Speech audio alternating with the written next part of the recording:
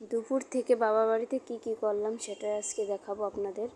আর এখানে আমার ছোট ভাই ঢাকা থেকে, সে হচ্ছে ছোটোখাটো একটা চাকরি করে, চাকরি থেকে আমরা আসছি, সেই কথা শুনে সে হচ্ছে ঈদের পরে আসছে। তো সে পেয়ারা নিয়ে এসেছিল আর কাসুন কিনে নিয়ে আসছিল বাজার থেকে। আর আমি হচ্ছে পেয়ারা মাখানোর জন্য কেটে রেখেছি, এটা হচ্ছে দুপুরবেলা। আর রান্না এদিক থেকে আমার মা রান্না করতেছে আর আমি হচ্ছে পেয়ারা কাটছি। আর পেয়ারা আমরা সবাই মিলে মাখিয়ে খাবো। আর এখানে হচ্ছে লবণ আর মরিচ দিয়ে হচ্ছে চেটকাচ্ছি। এই চেটকানোর পরে হচ্ছে পেয়ারাগুলো আমি হচ্ছে ডিশে একটা ঢেলে ফেলেছি। আর 2টা পেয়ারা কেটেছি, অনেক হয়েছে। আর সাথে হচ্ছে কাসুন দিয়েছি, আর কাসুন খেতে কিন্তু আমার খুব মজা লাগে। আর এই কাসুন দিয়ে যদি পেয়ারা মাখানো, আম মাখানো হয়, বা যে যা পছন্দ করে কাসুন দিয়ে খেতে, তো খুবই মজা লাগে।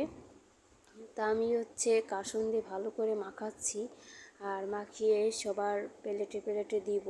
তো আমি চেক করে দেখতেছি যে লবণ ঝাল ঠিকঠাক হয়েছে কিনা। আমার ছেলেকে আগে দিয়েছি একটা ফ্রিজে, সে আগে খাওয়ার জন্য ব্যস্ত। এদিকে আমার আব্বুকে, আম্মুকে, ছোটো ভাইকে দিয়েছি। আর এদিকে দেখি আম্মু হচ্ছে রান্নাঘরে রান্না করতেছে, ভাত হয়ে গেছে, ভাত কেড়ে নেওয়া হয়ে গেছে হাঁড়ির থেকে।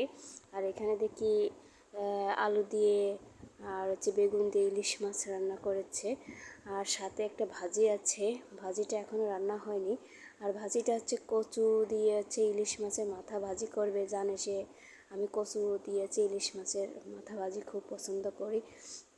আর এদিকে হচ্ছে রান্না করতেছে। আর আমার মা গ্যাসে কিন্তু সবসময় রান্না করে না, সবসময় বেশিরভাগ চুলায় রান্না করে। আর এখন হচ্ছে সেই ভাজির করার জন্য হচ্ছে কড়াইয়ের মধ্যে দিয়ে দিয়েছে। আর একসাথে হচ্ছে এটা ভালো করে ভাজবে। আর সে জানে আমি কীরকম খেতে পছন্দ করি।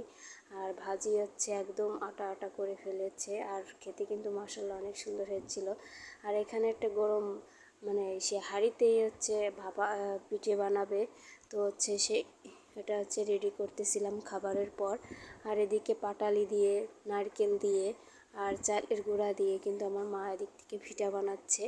আর পিঠা খেতে কিন্তু খুবই মজা হয়েছিল, প্রায় 30টা পিঠা হয়েছিল। আর মা হচ্ছে আমার পছন্দের পিঠাগুলো, আমি যেগুলো খাইনি বাসায়, সেইগুলো হচ্ছে বানায় আমার জন্য। তো পিঠাগুলো মাশাআল্লাহ অনেক সুন্দর হয়েছে, আর বড় বড় পিঠা। আর এখানে দেখতেই পাচ্ছেন পিঠাগুলো কি সুন্দর নরম সফট হয়েছে। আর খেতে কিন্তু মাশাআল্লাহ অনেক সুন্দর হয়েছে, নারকেল দিলে তো আরও মজা লাগে পিঠাগুলো। তো অবশ্যই আমার ভিডিওটা কেমন হয়েছে আপনারা জানাবেন, আর পিঠাগুলো কেমন হয়েছে সেটাও জানাবেন। ভালো থাকবেন, আল্লাহ হাফেজ।